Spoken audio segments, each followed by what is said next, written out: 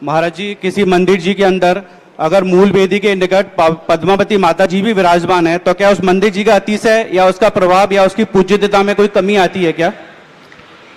अरे क्यों भाई मधुमक्खियों को छेड़ रहा हो?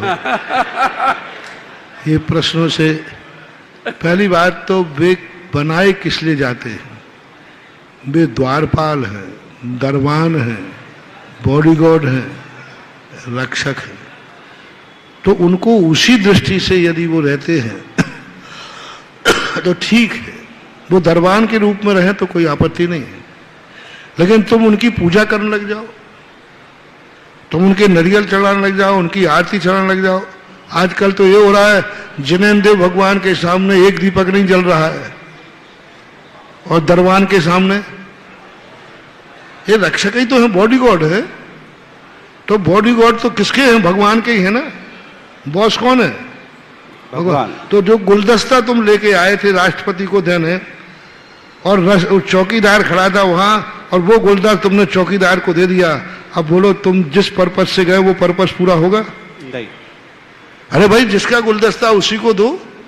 ये तो चौकीदार हैं, एक द्वारपाल के रूप में इनकी नियुक्ति होती है, तो उनका उसी रूप में ही यदि है, यदि उनको भगवान के समान दर्जा मिलता है, भगवान से अधिक दर्जा मिलता है, तो नियम से मंदिर की प्रतिष्ठा खत्म हो जाएगी और मंदिर का अतिशय तो खत्म होगा ही होगा। नमस्ते गुरु। मंदिर में किसी भी कारण से मूल नायक का अपमान होता है, अभिनय होता है, तो उसकी प्रतिष्ठा कब होती है? इसलिए आज जो हो रहा है इससे तो बराबर मंदिरों के अतिशय कम हो रहे हैं, मूल नायक का अतिशय बिल्कुल खत्म होता जा रहा है। क्योंकि आपके समय आप इन सब चीज़ों पर ज़्यादा ध्यान दे रहे हैं और ये ध्यान देने योग्य नहीं थे। अरे भाई, पूरे भक्तांबर में आदिनाथ की महिमा गाई गई, किसी देवी देवताओं की महिमा नहीं गाई गई। रक्षा करने देवी देवता ही आते हैं, लेकिन उनको नहीं। जैसे उदाहरण मैं देता हूं, तुम्हारे यहाँ ड्यूटी पर कौन आते? कांस्टेबल, पुलिस वाले। जी जी। तो डायरेक्ट कहीं पुलिस वाला रास्ते में मिल जाए तो कहते ना, ए पुलिस वाले हमारे यहाँ ड्यूटी पे आ जाना, आ जाएगा? नहीं। दूर से बात करना, दो डंडा फटकारेगा, तेरे बाप का नौकर हूं, अब देखना। और तुरंत जाकर के थाने में जाकर थानेदार में एसपी से एप्लीकेशन लगाओ, और जब एसपी से आदेश होगा तो वही पुलिस वाला पूछते हुए आएगा, साहब कहाँ ड्यूटी करना है? अरे वाह, बहुत सही। नमस्ते। यही स्थिति इनकी है। जितने ये देवता होते रक्षक, इनका बॉस कौन है? पद्मावती का बॉस कौन है? धर्मेंद्र का बॉस कौन है? पारसनाथ। पारसनाथ को एप्लीकेशन लगाओ, ये सब ड्यूटी पे चले आएंगे। तुम डायरेक्ट कह रहे हो उससे कि हे पद्मावती देवी हमारी रक्षा करो, तो हाँ तेरे बाप का नौकर हूं जो रक्षा करे।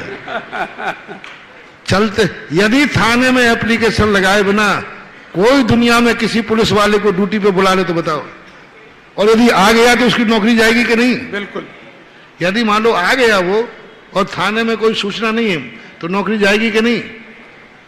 तो वो पुलिस वाला पागल नहीं है जो तुम्हारी नौकरी गंवाएगा, वो सीधा कहेगा साहब थाने से ऑर्डर कराइए। इसी प्रकार ये जितने भी देवता होते हैं, ये शासन देवे रक्षा देवे सम्यक दृष्टि होते हैं, ये कभी अनैतिक कार्य नहीं करते। इनकी पूजा पाठ करने से, डायरेक्ट इनसे अपनी रक्षा कराने से कभी ड्यूटी पे नहीं आते। वो कहते हैं मेरा बॉस मेरा भगवान है, आप उनको प्रसन्न कीजिए, उनकी भक्ति कीजिए, मैं अपने भक्तों के, ये सब लोग अपने भक्तों के संकट दूर नहीं करते हैं, भगवान के भक्तों के संकट दूर करते हैं, ये मानना चाहिए।